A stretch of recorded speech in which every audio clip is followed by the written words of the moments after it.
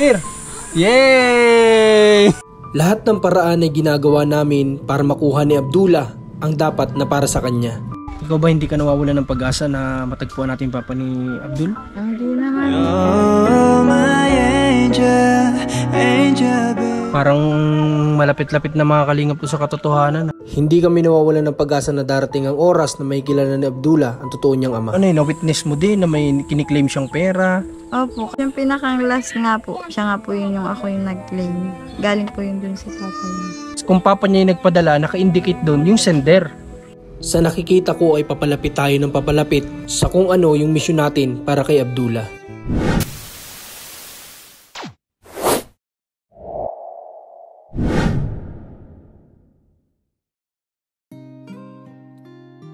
Magwa 1:30 PM na makarating kami sa lugar ni Ate Isabel. Hindi tayo makakalim kala Ate Isabel para kamustahin natin sila. Tao po.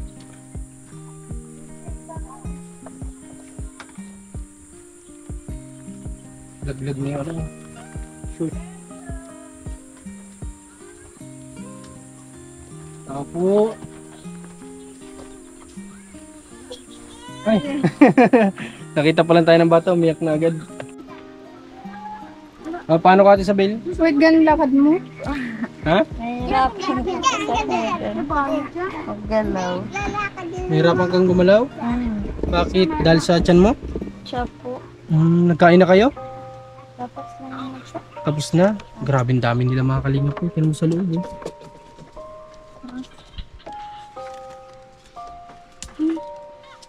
Dami. Anong ginagawa nila? Nanonood? Anong pinapanooran nila? Cellphone lang. Cellphone? Kanino yung cellphone yun? Sa'yo? Opo. Grabe. Yan lang yung libangan nila dito mga kalingap. Samantalang yung iba, ang lalaki ng TV nila sa bahay. Pero itong mga tutinan nyo yung pinapanooran nila. Isang maliit na cellphone lang kay Ate Isabel. Yan lang yung pinapanooran nila. Sakit yata. May sakit ka ba Ate Isabel? Ha? Nagang ano lang po na madalas lang po ako nahihirapan ng mga. Ay ganun? Nagpa-check up ka ba niyang ano mo na yan? Yung problema mo? Hindi po.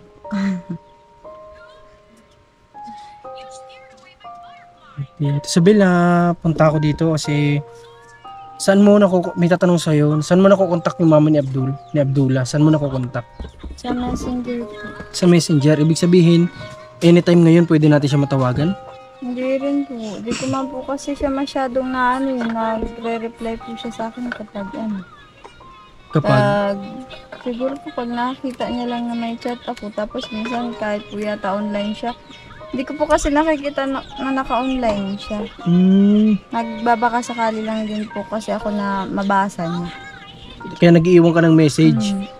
Okay. So, okay lang ba sa iyo Ate Isabel kung mamarapati mo na mahingi ko ang Facebook account ni yung mama ni Abdul? Iba naman po kasi yung niya, yung pangalan. Binago po niya. Parang sa siya, parang Ay, Arabic? Okay, hindi natin siguro masisearch yun. Pero ganito na lang, after nito, kung bawal may palabas sa vlog natin, tatanungin ko na lang sa iyo yung pangalan niya, baka mag-appear. Ganoon na lang, mamaya. Okay lang ba sa iyo? Okay lang. Okay lang. Ito, ito kapatid mo pa, anak mo? Anak ko na po. Anak ito. So, ibig sabihin, pangalawa na itong dinadala mo? Hindi po, pangatlo ito. Pangatlo na? Opo. Sino panganay dito? Ayun po. Okay. Halos magkakasunuran lang pala sa bilang anak mo. Grabe, ang dami nila dito. Bali, 14 yata sila dito lahat mga kalingap na nakatira. At si Abdullah busy sa panonood ng TV andun Abdullah! Abdullah! Abdullah! Bulet! Bulet! Bulet out! Bulet! Pwede ba kaya ba ako dyan sa loob nyo Ate Isabel kung umakit ako? Ha? Subukan natin umakit mga kalingap. Try natin umakit.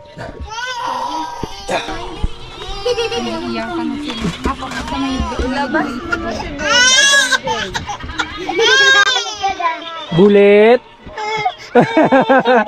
Tumiyak ka na naman. At dito nga ay muli ko na namang sinusubukan na makuha ang loob ng batang si Abdullah para nang sa ganon ay mas maging komportable siya sa tuwing siya ay ating makakasama dito sa bahay nila. Grabe mga kalingap yung tirahan nila. First time ko dito pumasok. May isang electric fan lang sila na gumagana dito. Tapos ramdam mo pa din yung init, no Ate Isabel? Ito may isa pa dito maliit silang electric fan. Ate Isabel, magkano inaabot ng kuryente nyo dito sa bahay nyo?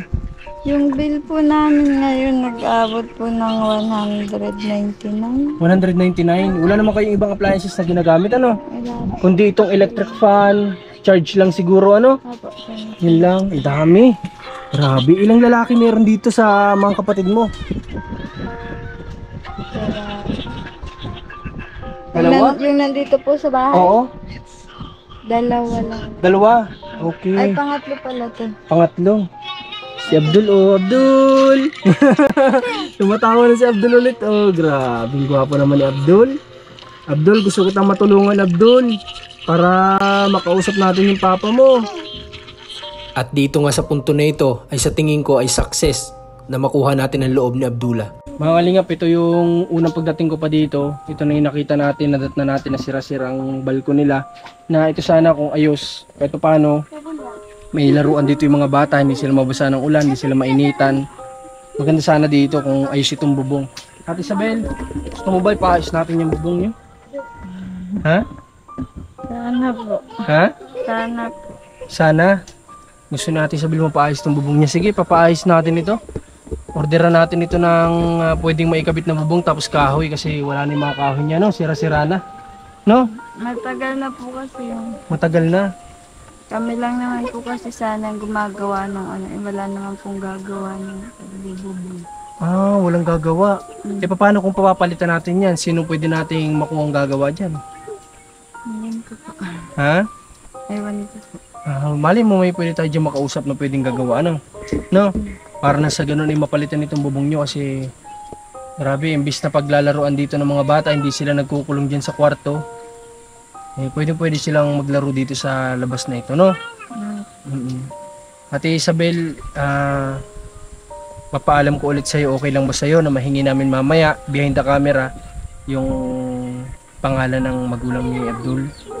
Okay lang naman sa'yo. Gawin natin to Ate Isabel para kay Abdul, para mali mo matulungan natin si Abdul, no? Mali na lang natin makareceive siya ng financial sa tatay niya. Kasi base sa kwento mo sa amin nung nakaraan sa part 3 natin na napapadalan si Abdul. Doon pa lang tanggap na tanggap niya si Abdul, ibig sabihin, di ba? Alam naman po niya yun. Alam niya talaga.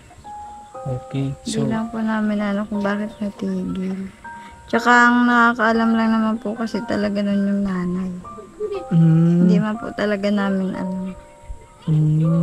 Kumbaga yung mga nakwento mo sa akin, yun yung mga kwento naman niya sa'yo. Sinasabi lang. Okay. Sinasabi naman po kasi niya kapag yung tatay ang nagpapadala. Pero paano, na-witness mo din na may kiniklaim siyang pera? Opo, kasi po witness minsan mo rin? sinasama rin po niya ako minsan. Tapos yung pinakang last nga po, siya nga po yung ako yung nag-claim. Galing po yun dun sa tatay niya. Ay, grabe. Ibig sabihin Ate Isabel, kung ikaw ang nag-claim, kung papa niya yung nagpadala, naka-indicate doon yung sender. Kung sino ang nagpadala. Hindi pa ako sure kung siya na talaga yun yung tatay niya. Kung yun yung pinakatatay o pinag-utos lang Opo. Doon kasi mga kalingap kadalasan sa mga Malaglag ka dyan. Arabo Malaglag ka dyan. alam niyo yun, yung sobrang busy nila, palaging pinakikilos lang nila yung mga tao-tao nila, ganyan. Driver niya. Driver, kadalasan sa driver yan, pinapautos, yung pagpapadala ng ganyan. Pero di ko rin sure kung tanda pa ba ni Ate Isabel yun kasi matagal lang panahon siguro. No? Ano po, kasi hindi ko man po kasi matandaan yung pangalan niya. Ang hirap yun. Bigkasin. Opo. Tapos yung slip po niya, yung receipt po bagang Hindi ko po alam kung saan ko nailagay. Parang malapit-lapit na mga kalingap po sa katotohanan itong mission natin kay Abdullah. Kasi pwede nating, ang mga Arabo ba nag-Facebook ba yung mga yan? Hindi. Yun lang yung problema natin kasi Instagram. ang alam ko hindi sila gumagamit ng Facebook. Instagram yung ginagamit nila. So walang problema, basta malaman natin kung ano yung full name, makausap natin yung mama ni ni Abdullah. Malapit-lapit na po ito sa na makausap natin yung papa ni Abdullah. Ito si Abdullah oh. Oh, takot na naman. Takbo na naman siya sa loob. Abdullah, halika. Dali, halika. Halika. Ayaw ni Abdullah lumapit, natatakot yung bata. Buti na lang Ate Isabel ngayon, hindi ka naglaba. Hindi nga po muna ako naglaba. Naga po kasi yung sakit ang tiyan ko pag kaya hindi po ako basta nakakapaglaba. Masakit po kasi pag... Dapat nga Ate Isabel, sa sitwasyon mo na yan, ilang buwan na lang, hindi ka na nagpaparalaban ng ganyan. No? Kasi kawawa naman yung baby mo, siya yung narurugado lalo pag nakaupo ka, naiipit yung tiyan mo.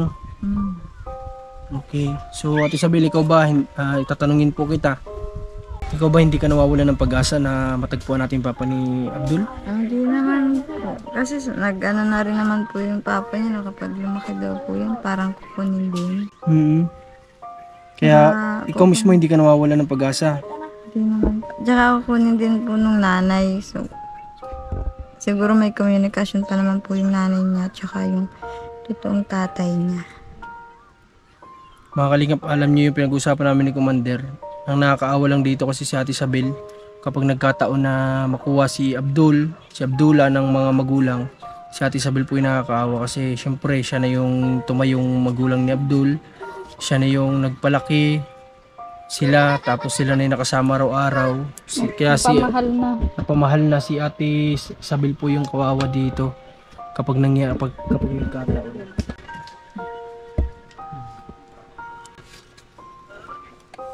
Ganda ng ngiti niya, no? Ang ganda ng ngiti ni Abdul. Talagang Arabong-Arabo yung itsura niya. Grabe. Sige Ate Isabel, ganito.